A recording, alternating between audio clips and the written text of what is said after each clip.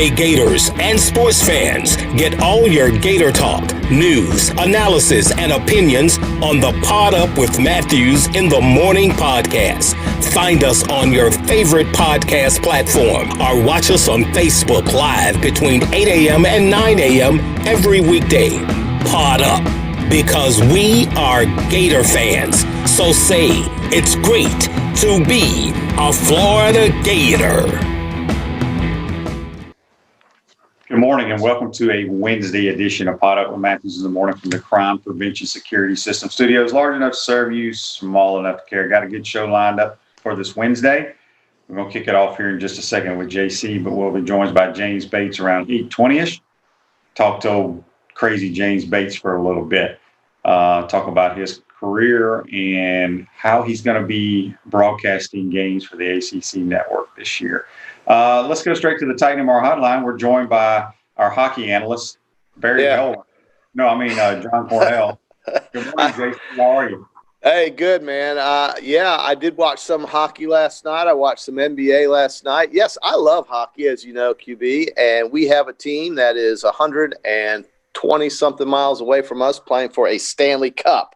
So Not yet. Well, no, I mean, they're trying to get a Stanley Cup. They're still alive for it. And, you know, that's more than someone can say in Illinois or Minnesota or Indiana or upstate New York or downstate New York or anywhere up north, because you have the Dallas Stars, you have the Vegas Golden Knights in their third year of existence, I believe, from the expansion draft, along with the Tampa Bay Lightning and the New York Islanders. So I'm correct. I stand corrected. There goes Sam. Hey, Sam. So I stand corrected. The New York Islanders are playing the Tampa Bay Lightning, but they will probably lose in 5 or 6 games. So anyway, we have Stanley Cup. We have basketball last night, QB, and it was a late one. Did you get to watch any of it? No, I saw bits and pieces. We know that the Bucks, the Heat take care of the Bucks. The 1 seed in the East is out. Miami Heat move on to the Eastern Conference Finals. Lakers. I watched some of the first half. It was pretty competitive. Lakers found a way to win. They go up 2-1 in the series. So, you know, it's pretty much going to be the Clippers and the Lakers. I think the Clippers are a way deeper team. I think they're a more talented team than the Lakers. So, but we'll see. I'm surprised by the Heat. I'm surprised to see them play as well as they are. I think it's Butler has really helped them tremendously. Well, here's the thing with the Heat. The Heat are one of the best three-point shooting teams in the league. Yeah.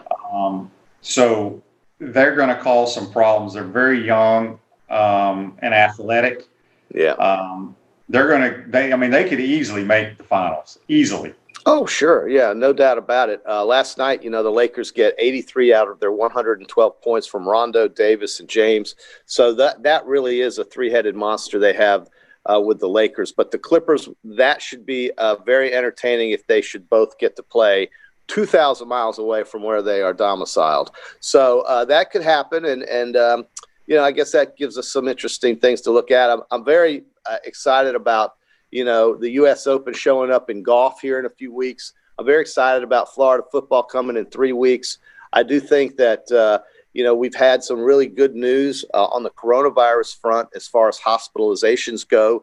I read something, QB, where since students have returned to campus beginning in August, there have been 0 coronavirus hospitalizations among the 26,000 or so coronavirus students on 29 campuses with football schools. So that is encouraging to see, although we did have some sad news about a player up in Pennsylvania who passed away from complications of coronavirus, an offensive lineman at a small school called the University of California of Pennsylvania.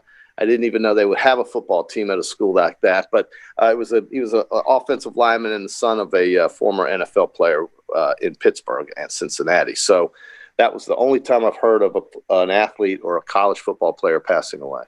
But he was also, what did you say, 365 pounds? He was close to 360 pounds. He probably, and I don't want to say anything about the kid that I don't know, but it's hard for me to believe that he would run a long way without having to stop.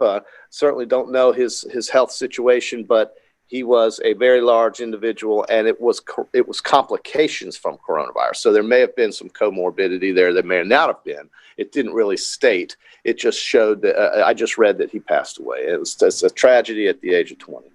So, JC, when you were watching the NBA last night, when it came across the ticker that Billy Donovan and the OKC Thunder are parting ways, what were your thoughts? I thought that it was probably more on. I would guess it was probably more Billy's decision, although I didn't read the article. It sounded mutual. I don't know. I think he had his chance to win it when Durant and obviously Westbrook were playing together there. I thought they overachieved for a team in the league out in the West, playing in a tougher conference. I think the West is tougher than the East. But I wasn't too surprised. Were you surprised that Billy would call it quits at Oklahoma City? I mean, Jackie Spreads would probably give you a little bit more insight on this. Yeah, I mean, we'll see what happens. There's some thoughts out there that he may want to go coach the 76ers, team that's got a lot of talent, more talent than the OKC Thunder. Yeah. We'll see. I mean, Billy's made a lot of money. The NBA can be rough on coaches from a traveling standpoint, even though you're on your own private planes and team planes and all that kind of stuff. So, we'll see. Does he come back to college? Does he come back? Who knows where? Time will tell. I'm a little concerned, QB. Back to football for a second about this. This Big 12 has had now 3 games canceled, and the Louisiana Tech Baylor game was canceled here just recently because of the coronavirus. I didn't know that the Big 12 was playing. Out of conference games, but numbers would suggest they have to, of course, because there's only 10 teams in the league. So maybe it was one of those situations where with all these players with Louisiana Tech testing positive, there's no way they could have recovered from that. Hopefully we can hope that these kinds of news items don't start feeding upon themselves. Yeah. And I mean, it is what it is. And I think it comes down to the teams have to take the accountability that they can't have a regular college lifestyle that they're used to. And it's sad. That's pretty much for every college kid, but especially if you're an athlete, you can't go to frat parties. You can't go to sorority parties. You can't go to the local hole-in-the-wall establishment. You just can't do it. And I think that's one thing that Dan Mullen and his staff have done a tremendous job with this football team. They haven't had a positive test since early July. Right. You got to buy in, whether you're a walk-on, whether you're the 4th, 5th string guy, whoever you may be, it's your responsibility for the next 3 to 4 months, you have to buy in. And, there's temptations out there for 18 to 22-year-olds. Go see your girlfriend, go here, go there. You just can't do it. They've taken all their classes online. They go to practice, they go to meetings, they get tested 2 to 3 days a week. I'm talking about what SEC teams are doing. Yeah. I don't know what Louisiana Tech players are doing. I don't know what teams in the Big 12 are doing. I just know what the SEC teams are doing. And it seems like the SEC is doing it the right way. There was talk about Tennessee this past week missing like 40-something players. They couldn't have a scrimmage. But it wasn't because they were all tested positive. I don't know if there were any positive tests. It was all about that contract, the tracing element part of it. Yeah. Contact tracing. So if this person was near this person and that person, blah, blah, blah. So I think it was more just being very cautious. But I don't know. But, it is what it is. There are going to be some teams that get affected by it. But I'll be very surprised if the SEC teams are. Yeah, I mean, and it's, it wasn't the Baylor team. It was the Louisiana Tech team, and not that one team's any better than the other, but I agree with you. I think these schools, it's incumbent upon the leadership of these schools and these big programs that if they want to do this, they have to do it a certain way this year. And this is just the way it is, and there's no escaping it. And if you want to have a season, you got to do the procedures and the protocols, as you said. Not to reiterate, but I do believe that's the way it has to be as well, because we can't play if you're going to have kids who get infected. It just won't happen. So. Well, here's the thing, and you're probably going to see teams like the Louisiana Techs of the world have to cancel more games because, A, they aren't testing as much. They don't have the money. But B, I sat here and said that, every team, you kind of know if you have an opportunity to have a big year. When I mean a big year, I'm talking about win a conference title and get in the 14 playoff and have a chance to win the national title. So I think those teams are bought in a little bit more because they see the big picture at the end of the tunnel. Yeah. Louisiana Tech knows good and well they ain't going to the 14 playoff. So they're probably still going through living their normal college life. Whereas I think the Floridas, the Alabamas, the LSUs, the Oklahomas, those type teams, I think they have to – it's a different type of commitment this year. And it's also it's a totally different year. And you've got – if the Big Ten stays out of competition, which I'm starting to think will be the case, at least for the next month or two, then that takes them out of the playoff. That gives your odds that gives you even a better chance to compete for potentially a playoff spot if you don't have an Ohio State or a Penn State or somebody like that trying to take one of the 4 spots, if that's how they're going to do it, which I believe is going to be the case. So, we have just a couple weeks to go, and let's just keep our fingers crossed that things stay quiet all on the college football front. Tomorrow night we've got NFL starting up, QB. Have you thought about that? I have thought about it, and we're going to get to our picks here shortly and talk a little about it. Well, first I want to read a Facebook Live comment brought to you by Melvin Lawson. Kelly says, "Good morning, all. Go Vegas Golden Knights." Oh, what? Kelly likes the Vegas Golden Knights to win it all. Kelly likes the Vegas Golden Knights. Well, I wonder if Kelly is in Vegas watching us this morning at the wee hour of 5:11. I don't know. I mean, I don't know why you wouldn't want to root for the Tampa Bay Lightning. I mean, that is the team. Well, Kelly may not live in Tampa, may not have played for the Lightning herself. She might be a Florida Panther fan too. Well, it could be a guy for all we know. Okay, so here I'm gonna give you pick. All right, QB. To advance or have a chance to go to the Super Bowl out of the AFC, JC, who do you have? All right, and knowing that we now have 7 teams making the playoffs and that the second-seeded team will not have a bye week, only the top-seeded team, the second-seeded team will play the 7th-seeded team. That expands the playoffs from 12 to 14 games. But what I have in the AFC is obviously some of the chalk that we saw from last year, the good teams playing, because I didn't see a whole lot of transition or changes on those rosters, and that includes the Kansas City Chiefs, who are playing tomorrow night as a 10-point favorite against Deshaun Watson, and the Houston Texans are going to let about, 15,000, 20,000 fans into the stadium, I think is the case. And so the Chiefs will be playing the Texans, and I like the Chiefs at Arrowhead Stadium. And I like the Chiefs to win their division and compete for the AFC Championship. I think Baltimore will get over the hump this year. They're just too good offensively, I think, to die again in the early round of the playoffs and play poorly. It's been 2 years in a row now that Lamar Jackson has just absolutely folded in the playoffs. He folded last year against Tennessee. Before you tell me why, let me just tell you. But before he folded, he folded against Tennessee. He folded against San Diego. But he was the MVP last year, and I just have a feeling he's going to crack through one of these years. Now, go ahead and tell me why he's not going to make it. Well, I told you from day one, you got to be an elite thrower in that league.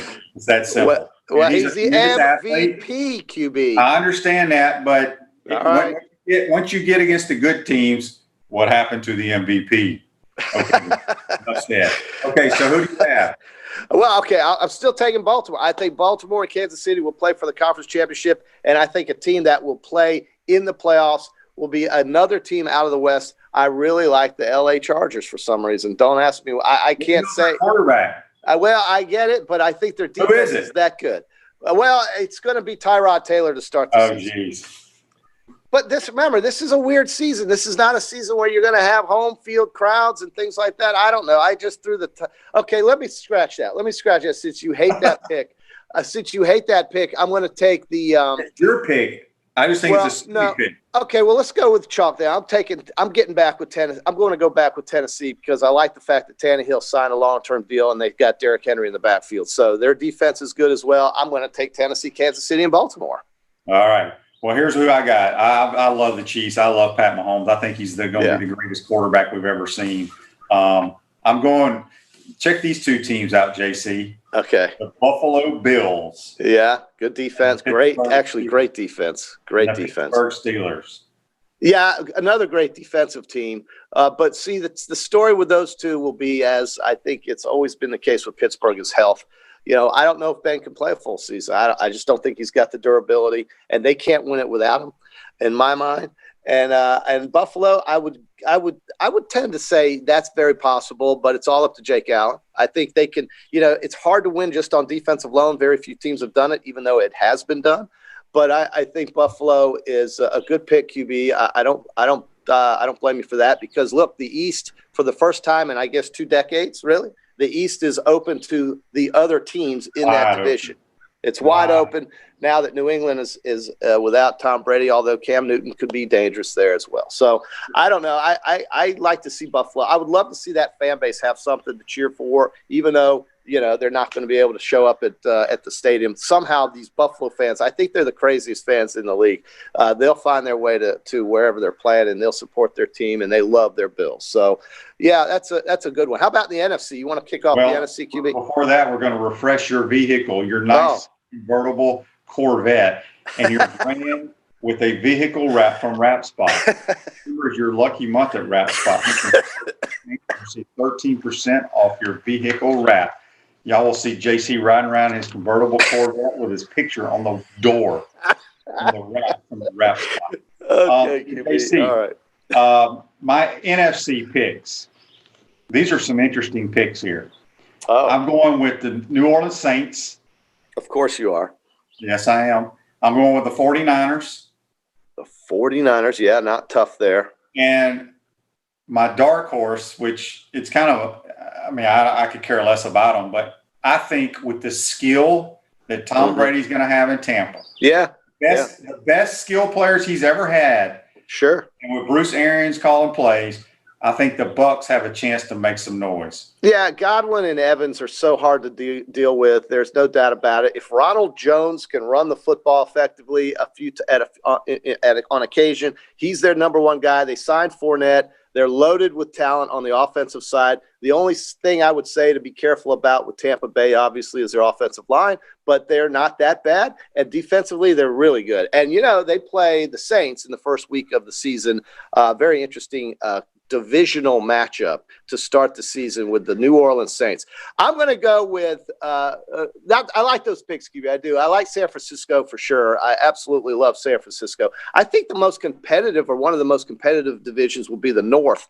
I think Green Bay, Minnesota, and I have a feeling about Detroit, because I think Stafford's going to stay healthy, and I think Detroit was a team last year that, with a few breaks and some better calls from the officiating, I think Detroit could have made some noise. I don't know why. That's an underdog pick, but Stafford is due. At some point, he's going to break through with those Lions. I think Matt Patricia will figure it out on the defensive side. That's what he does. And Detroit could be a team to make some noise. I think the North is going to be a really good division to watch. But I like you. I like the 49ers. I think the Dallas Cowboys are going to play very well. Absolutely. Offensive line. Dak Prescott, I love him. And I'm going to take the Cowboys. I'm going to go with the San Francisco 49ers. And I think the Lions can make some noise, but I think the Minnesota Vikings will win that division, and the Minnesota Vikings with Kirk Cousins will be will be three of the. Those will be three teams. Confuse all our listeners, because Rick says here on Facebook, brought to you by Meldon Law, where you matter most. JC waffling on his picks. So who are your 3 picks in the NFC? Okay, San Francisco, Minnesota, and Dallas. Okay. All right, we got that. Chris says here, Stafford is good for 3 interceptions a game. Well, he's also possibly good for 6 touchdowns a game, Chris. And I'm glad you pointed out his interceptions. But I think the Lions, with some breaks, could be a real pain in the ass for a lot of teams in the NFC. I don't know why. Look, if I just said the Seahawks and all the favorites were going to win this NFC. Seahawks are favored? Well, the Seahawks are always in the playoffs, QB. The Eagles are always in the playoffs, QB. I get it. So I got to take a team that maybe once in a while, could pop up out of nowhere. Look, I'll look really good if the Lions are in the top 3 or 4 seeds of the NFC playoffs. I'll look really good, QB. I will agree with that 100%, because I don't see it. I like Stafford. I just think Stafford needs to play on a different team. Well, I get it. Since you love the Chargers, you should trade with Stafford, and you would have a very good football team. I tell you, that would give Kansas City the most trouble because LA's defense is really, really, really good. And the Chargers are the team, I think, in the West, not Denver and not Oakland or now Vegas. The Chargers are the team in the West that I think will be the most difficult for Kansas City to deal with, I think, defensively anyway. We're speaking with JC on the Titan MR hotline, waiting on James Bates will join us here. I'll tell you another guy to keep your eye on, QB, and I know he's an oldie goldie, but this guy is going to be playing with a great offensive line on an indoor format with some good players to throw to, and that's the Colts with Phillip Rivers, a one-year shot. Keep your eye on the Colts with Phillip Rivers. They play in a somewhat of a weak division, I believe, and that could be a team that nobody's talking to. That could be like my Lions team in the NFC where nobody's really looking at them, but the Colts could be in the AFC, a team you better keep your eye on because Phillip Rivers is going to do well, I think, that one season he has in Indianapolis with that great offensive line they have. So, JC, we'll talk to you again on Friday, but another college game on Thursday night. The Hurricanes are on national TV with their new transfer quarterback, De'Aaron King. You think Miami's got a chance this year? I don't think so at all. I don't think Miami's going to threaten Clemson. I actually think they're going to have a lot of trouble with Florida State this year. And I don't really think they're going to beat they're just a middle-of-the-road ACC team, and I don't know why they haven't been better. Maybe it comes from the top. Maybe it comes from the simple fact that they haven't been able to recruit like they used to in the good old days. But, this King kid, he could be great, but I'll have to see it before I believe it. They're a 14-point favorite over UAB, who scored a lot of points in their first game. But Miami should be able to handle them fairly well. But I just think they're going to have trouble with teams like North Carolina, Clemson, and Florida State in the ACC. I think teams like North Carolina, Clemson, Florida State will just have more athletes than Miami will right now. Yeah, I just don't think they're ready.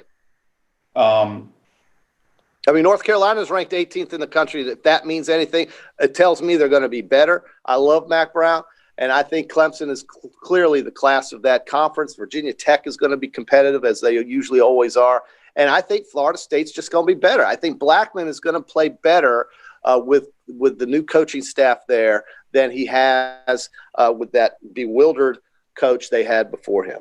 Well, I'm anxious to watch them play because I do think Mike Norvell's a really good coach. Yeah. And I do know Florida State has a lot of talent. Oh, if you're going to win in Memphis, you're going to win games. It doesn't feel like that team football has been so crazy that Willie Taggart was their coach last year. It seems like he was the coach like 3 or 4 years ago. But I will say this, and I hope it's not true. Florida State could turn it around kind of how like Coach Spurrier did when he came in here because there was talent. Right. Because I'm telling you right now, the last 2 years were the worst coach football teams I've ever seen at any level. Yeah. It was worse than high school in many cases. And I don't know how that guy convinces athletic directors and college presidents that he should be a head coach with a losing record, with the salary that he would command based on his prior jobs. I don't know why somebody would say, yes, I want him to be the coach of my team. And, somehow he gets these jobs. I don't know why Taggart is successful in getting jobs, but his record is not indicative of a guy who wins. And, Georgia, I heard a losing record. Right. And I heard this guy, let me just end by this saying, I heard somebody on the Feinbaum show talking about the Georgia Bulldogs, and they were complaining about Kirby Smart and how if they don't beat Saban and Alabama this year, that Kirby Smart's going to hear it from some crazy people in Georgia. And the simple response is, well, would you rather have Mark Richt back, guys? This is a dude that brought their team to the Final Four and beat Oklahoma, played for the national championship, could have easily won a national championship. Some people say should have won a national championship. So I don't know why I've been hearing a lot about Kirby Smart, but I think he's done a great job at Georgia. Yep. All right, JC, we'll talk to you Friday, man. You got it, bud. JC, join us on the Titan MR hotline at Center State Bank. We put business first. We are the largest community bank in the state of Florida, and understand that small businesses need a community business partner that they can rely on. Center State has 5 convenient Alachua County locations to serve you better. Center State Bank, Remember, FDIC. Going to take our first time out of the program. When we come back, we'll be joined by James Bates. You're watching and listening to PodUp with Matthews in the morning from the Crime Prevention Security System Studios. We'll be right back. Hey Gators, this is Coach Steve Spurrier. PodUp with Matthews in the morning. We'll be right back after this commercial break. We want to take this moment to thank all our sponsors who keep the show going and pay the bills. Our gridiron sponsors are Crime Prevention Security Systems, large enough to serve you, small enough to care. Titan MRI, Gainesville's only locally owned and operated MRI facility. Gainesville Turnover Specialist. Meldon Law, where you matter most. Peachland Dental, Gator Nation's first choice for dentistry in Port Charlotte. Celebration Point Town Center. Center State Bank. Chris Doring Mortgage. Our touchdown sponsors are Campus USA Credit Union, The Digital Mortgage Guy, Adams Ribs, Doreen Wiebe Realtor, Caldwell Banker MM Parish, Gator Dominoes, Celebrate Primary Care, Davis Gainesville Chevrolet, Miapa Latin Cafe, Rap Spot, Okido America, Gators Dockside, Radware, Style Cuts, Ironwood Golf Course, TB Financial, Meadowbrook Golf Course, Dar Shakow Insurance. Again, thank you for all the great businesses that support the show. Please remember, if you like what we are doing here, thank our sponsors and support the businesses that support us. Welcome back to this Wednesday edition of PodUp with Matthews in the morning from the Crime Prevention Security System Studios. Celebration Points, where the Gators come to celebrate. With premium brands like Bass Pro Shop, Tommy Hilfiger, Hotel Indigo, Nike, Medici's, Regal Cinemas, and coming spring of 2021, the HBC's new restaurant, Spurrier's Gridiron Grill, and Visor's Rooftop Bar. We'll see you at Celebration Point, where the Gators come to celebrate. Our next guy, he did some celebrating. Mr. James Bates. Good morning, 4-4. How are you? Good, Niner. Good. Thanks for having me on. Yes, indeed. Well, Batesy, first of all, I want to get started. First of all, you see my shirt I got on? Buckle up your shit.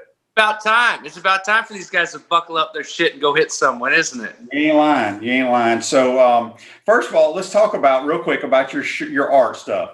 Okay. You've done tons of paintings. You do T-shirts, hats, all this kind of stuff. I want to know, what's your best seller from a T-shirt standpoint? What logo or design, I should say? The Be Less Sucky today.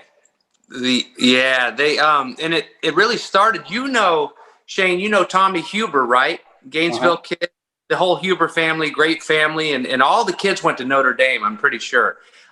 So Tommy went to Notre Dame, and flash way back, I was doing a show in Atlanta with Tim Couch, and I was sitting there and I was like, you know what? All these teams, they got this sign that they run out and slap on their way out to the field. And, and like some of them are, like teamwork, together, play like a champion today. It's all that championship theme. Like, let's go win it all. Let's go meet our goals. But some teams need to set their goals a lot lower. Like if you won one game last year, let's just baby step our way to greatness. So let's just, hey guys, let's go out there and let's just be a little less sucky. All right, let's go be less sucky. So I drew up this sign. I showed it to Tim. He laughed. And I went home, and a couple months later, I made that sign. And I put it on my Instagram. Well, Tommy Huber, who at the time I think was a freshman at Notre Dame, he's Tommy, man, he's very cerebral. He's like, Mr. Bates, I was looking through your Instagram and I saw that Be Less Sucky design, and I wondered if it was available. And I said, oh, Tommy, that's not, but I'll make you one. And so I started thinking about it, and I was like, you know what? He goes to Notre Dame, so that's why most of them are yellow with that blue font or in the same font that's on Play Like a Champion today. But it's Be Less Sucky today. And so but people have really enjoyed those, the keychains and stickers and sweatshirts and stuff. I would say that, and I got a really cool Chucky shirt holding up the D in the fence with a Beat Everyone Gator themed Chucky that people have been swooping up here lately. But yeah, I have fun doing it. You've known me for a long time, so that's kind of how I'm wired. I'm always thinking of stupid stuff. No doubt about it. So we know those are your best sellers, but from your paintings that you've sold, which probably is your favorite one, and tell us what it's sold for. If you're allowed to tell us. Yeah. Well, I'll show you my favorite that I have right now, and sometimes I'll sell pieces they're commissions, and so the whole time I'm working on them, they're sold, and some will sell right away. But sometimes I'll beg people, hey, just let me hang on to it and just breathe it in and enjoy it for a month. And I'm not sure if the text will flip around, but I'm sure you've seen this one. This is my favorite one that I have right now. And I've got a couple people, one guy actually in Knoxville. It doesn't fit on his wall, but he's trying to find a way because he likes it so much. He's a Gator living up in Knoxville. And if you can't read it really good, it's really one of my favorite quotes. And we sit and share all of our head ball coach quotes anytime we're together. And I had never heard this one until the end of The Believer, the documentary that was on the SEC network. And it was Coach Stoops that was telling it, how we always have that bye week before Tennessee, and how Coach made all the coaches take their wives to Crescent Beach. And we're out floating in the ocean. This is Stoops telling the story. We're out floating in the ocean in Crescent Beach. And Spurrier says to me, "Stoopsy, think those Tennessee coaches are out floating in the ocean right now?" And I just love everything about that line. So I had to do it. And I think at some point I need to make like a just Coach Spurrier floating in that inner tube and put Crescent Beach, Florida. It'd be like Mom and Dad went to Crescent Beach and all I got was this crummy T-shirt. So Batesy, I got to know, you did a painting for me way back in the day when you first started. How much did you sell it for? My painting. Oh, the painting of you? Yes. Oh, I actually I actually gave that to a guy. Oh. I gave it to a guy that owns a marina out in Swanee. And you know what? It's okay. It comes back because he was probably really good to Luke a few times too, to Luke Matthews. But he was so good to us with our boat. And when Jake and I and the whole family, when we'd go out there fishing, and I just wanted to do something nice for him. And he had a little restaurant out there. So I gave it to him to hang on the wall. So it's seen by a lot of eyeballs. And yeah, I was just thinking about that the other day, though, Shane. I actually painted that when we were on the road in San Antonio, Texas. Some of the smaller pieces I like to take with me on the road and just sit and paint in hotel rooms. And so I painted that while we were in San Antonio at a swim meet. I got some sweet arms in that picture. So Bates, we don't have you long today, but I want you to tell the story. It's one of my favorite stories about what Coach Spurrier, I think he said when you were being recruited, or what his kind of punchline that he used about coming to the University of Florida. Yeah. And I tell Jeff Papel, Tim's a little bit different. Tim Walton, he goes out to California and gets him, so you got to use a little bit of a different line. But it's so true. I went to high school up at Sevier County High School in East Tennessee, same high school at East Tennessee. And back then, he didn't go chasing guys around the country really at all, but if he had someone from out of state that he was recruiting, his big line was, "You moved down to Florida. You got a chance to come right now, and you're 18." And it's true. I mean, you don't go on spring break to Dayton, Ohio. You come down to Florida. No doubt about it. We got a Facebook Live here from Michael Black, brought to you by Meldon Law, where you matter most. He says, "James, please make a Tom Petty painting into a T-shirt." Okay. Yeah, I've thought about that, or at least a series of cool prints. Thank you. What was his first name? Michael. Michael. Thank you, Michael, for I guess liking my Tom Petty pieces. I did 3 big Petty pieces during quarantine, and those were all ones that I wanted to hang on to for a little bit, but I had to send them off. But Bates, we're going to take about a minute break here. You and I, we're going to show back in your Luther Ogle days, a quick little tidbit of you and Drew Copeland. So we're going to let the producer run that real quick, and then we're going to talk about it. I'm back.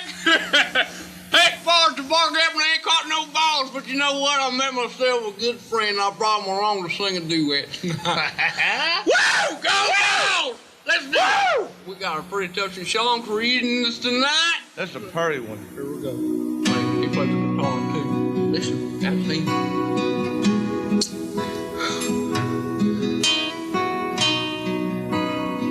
so pretty. So I proudly walked into the swamp with no shoes upon my feet. But since I cannot read, I couldn't find my seat. Then I met another ball fan who just like me wore cut-off jeans. Helped me when I was needy. Let me tell you what I mean. Can you spare some dip? Touch it. 'Cause I run out of mine. Can you spare some dip? 'Cause I've run out of mine. Could you be so kind? Go wow! All right, Bates, that's so Luther Ogle and Drew Copeland. Tell us how you came about doing that with old Drew. I guess it's kind of like some of the art designs and ideas, you know, like we talked about earlier. It's just like, oh, this would be great. And when I started doing that show, which was, you know, it's a least access show, and I was really fortunate to be able to do it.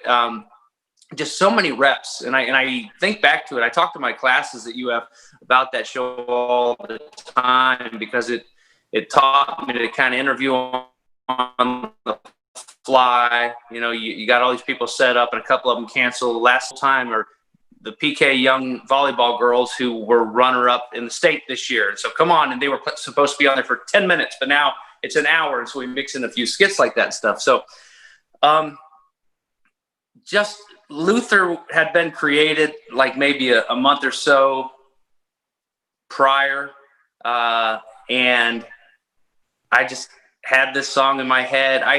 I've got like this weird filter where I like kind of like a very, very, very poor man's Weird Al Yankovic. And it's like, I'll hear a song and I'll always try to twist it and stuff and make it fit somebody else or something else. And so that's the Judds, Love Can Build a Bridge. And I knew I needed a partner, and I knew Kopi pretty well, and asked him if he'd come join. And that guy, man, he just showed up. As you can tell, his phone was ringing there at one point in it. It was probably a big box cell phone.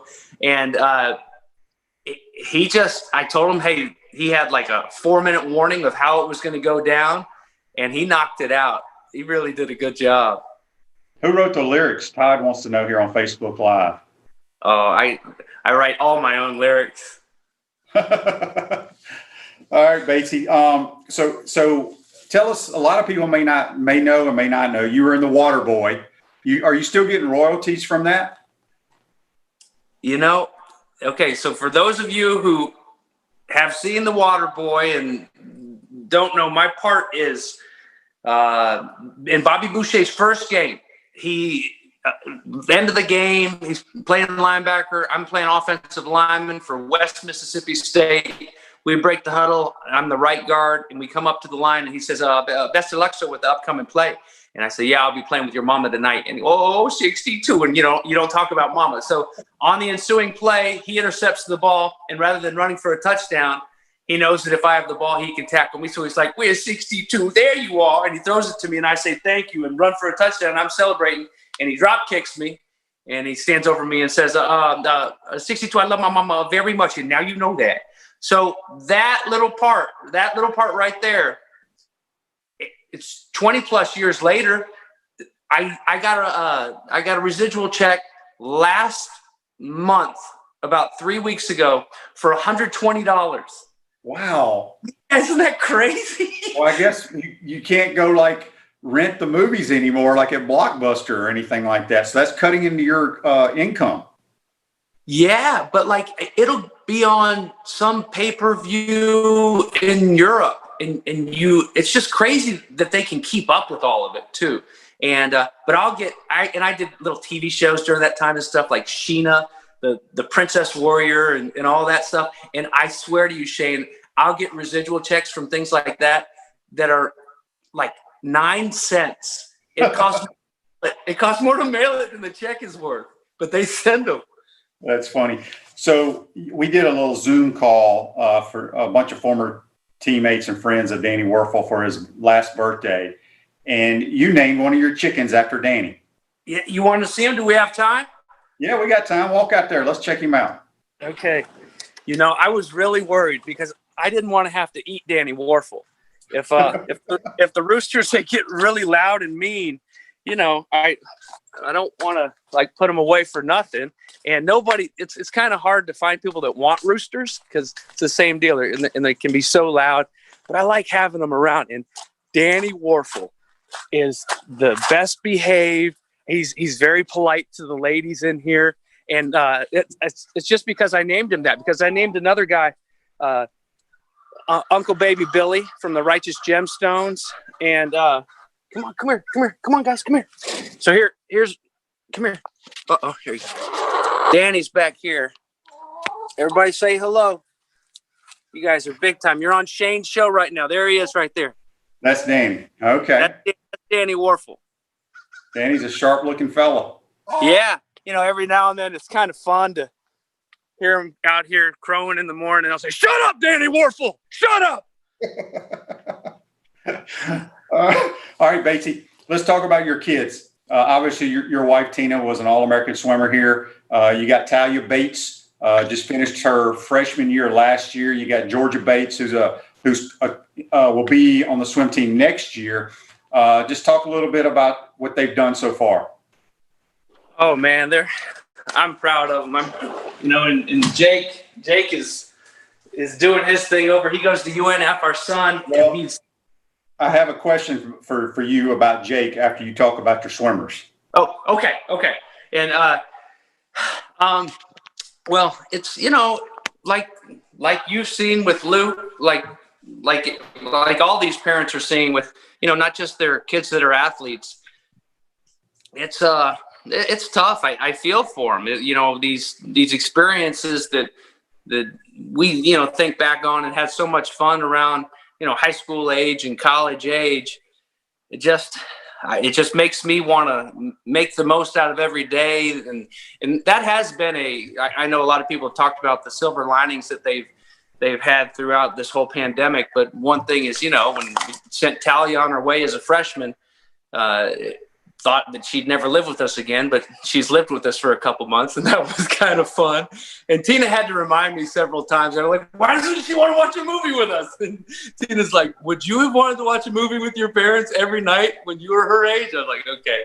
But, you know, and so that really has been a blessing, and that's been fun. And I'm glad that both of them have swimming right now and through all this just to stay busy. And they were lucky. Talia trained with Caleb Dressel and Ryan Lochte and all these pros that are with Greg Troy during most of the pandemic. And just, you know, Greg Troy's old school, man. He's a good dude, and he's tough on his swimmers, but that's why they're so great. And he didn't have different practices, different sets for the girls. So it was just like, all right, go keep up with Lochte and Dressel and good luck. And if anybody's going to try it, it's Talia. I mean, she's the hardest worker I've ever been around, and I'm proud of her. And George is doing really well. Like you said, she'll be a senior at Buchholz this year, and hoping that they can get a couple meets under their belts. But she's so fired up and ready, knows pretty much everybody on the team there right now, but she's got to wait another year to get up there. But she has committed to Florida, and I'm so excited for her. And you know, as you well know, it's tough to beat the University of Florida, and not just because I'm a Gator. And when Talia was being recruited, Tina and we kind of thought, oh, do we really need to go on this unofficial visit? We know everything there is to know about Florida, but we had no idea. I mean, I had no idea the Hawkins Center and just the support staff. It's second to none. I'm really, really proud that they're at the University of Florida, and we're so lucky that it's right down the road, and it just so happens where we went to school. And so just bubbling over with pride for both of them. There's Hank. We had a couple of people here on Facebook Live ask where Hank is. There he is. He's that far. Hank, look, there's Shane. Look, there he is right there. See ya? So basically, we got a text here on the Titan Mar text line. It comes from Daryl. Daryl wants me to ask, Batesy, do you ever fish with your son Jake? And if so, what is the biggest redfish y'all have caught? The biggest red that we've caught would be over in Louisiana. You know, they've got those big bull reds over there in Hopedale, not too far from your old neck of the woods, Shane. But we've been over there a couple times, and that's where we have caught our biggest redfish. Gosh, I mean, like 40s, just it's like holding a baby elephant at times and like reeling them in. But we fish all the time, and he's found some, he calls it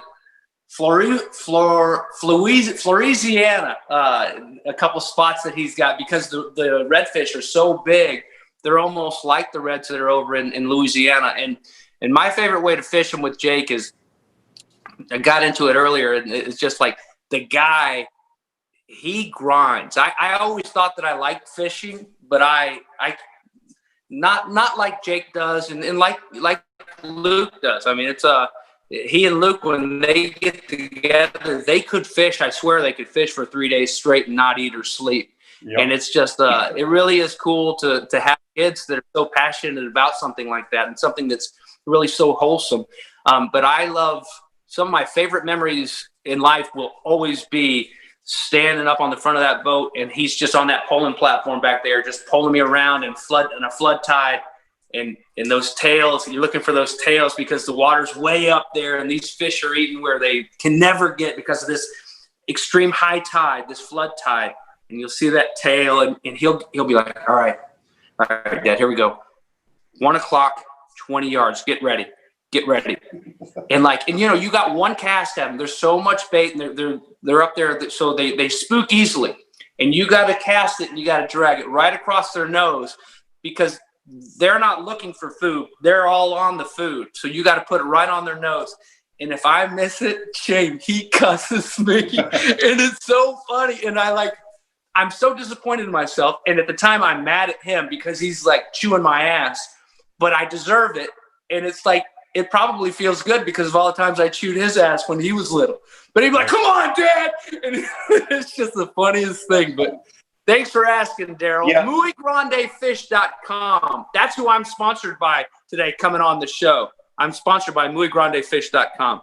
Absolutely. Last thing for you, Bates. We got about 3 more minutes here. You're also a professor at the university, teaching play-by-play, announcing, what have you. Let everybody know briefly how you're enjoying doing that. And also, you're still doing some ACC games. So I think you got a game this weekend, if I'm not mistaken. Are you going to be doing it in a studio, or are you actually going to be at the game? Yeah. So second question first, I'll give you that answer. It's next weekend. So the 19th, okay. I've got Mike Hill's program, UNC Charlotte at North Carolina. And I had a handful of North Carolina games with Mac Brown last year. Sam Howell's fun to watch. It's a fun team. And shoot, we had that, 6 overtimes? We had that 6 overtime game at Virginia Tech. We had the Duke game. So we had a lot of great games. So I'm looking forward to getting back with them. We will be in the press box, which I was surprised about. It's, you know, North Carolina is one of those schools that was hitting the headlines there for a while. They sent everybody home when they started having some cases early. So I'm sure they're going to be extra careful. I haven't heard 100%, but I doubt they'll have many fans there in the stand. So it'll be interesting. And I wouldn't be surprised if some of my games as we go, we're calling a game in Charlottesville from Charlotte, North Carolina. I think it'll kind of change with the school and with the state. And one thing that makes that it's interesting for me, but it's also a lot of these broadcasts, as you've seen, are starting to go remote even before COVID. So it's something that I guess that we all kind of need to learn. I don't love the idea of sitting there watching a monitor calling a game, because there's so many things on the peripheral that you communicate to the truck, therefore the people at home can see it. And that's one thing we talk about in my classes. You know, hey, you can only see it in the truck and therefore at home on your TV what the cameras give you. And these camera people, you know, they're locked in on their position, on what they're supposed to shoot. And if there's a coach over here, you know, talking up his offensive lineman who just missed the block and is, you know, and he's down sitting next to him and no one else sees it, the camera people aren't always necessarily looking for that. So you can talk back, hey, get a shot of Coach so-and-so down there talking, get a shot of this, get a shot of that, give me a shot of this that I won't be able to see from a remote location. Nobody would be able to see that. So I'll miss that. But it'll also be interesting, and I'll grow, and I know my class will grow to kind of go through it with me.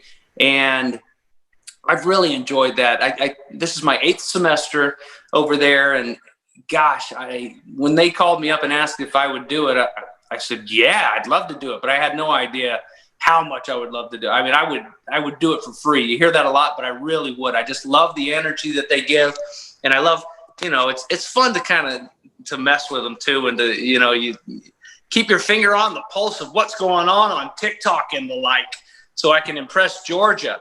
But and we're having class in the swamp this semester.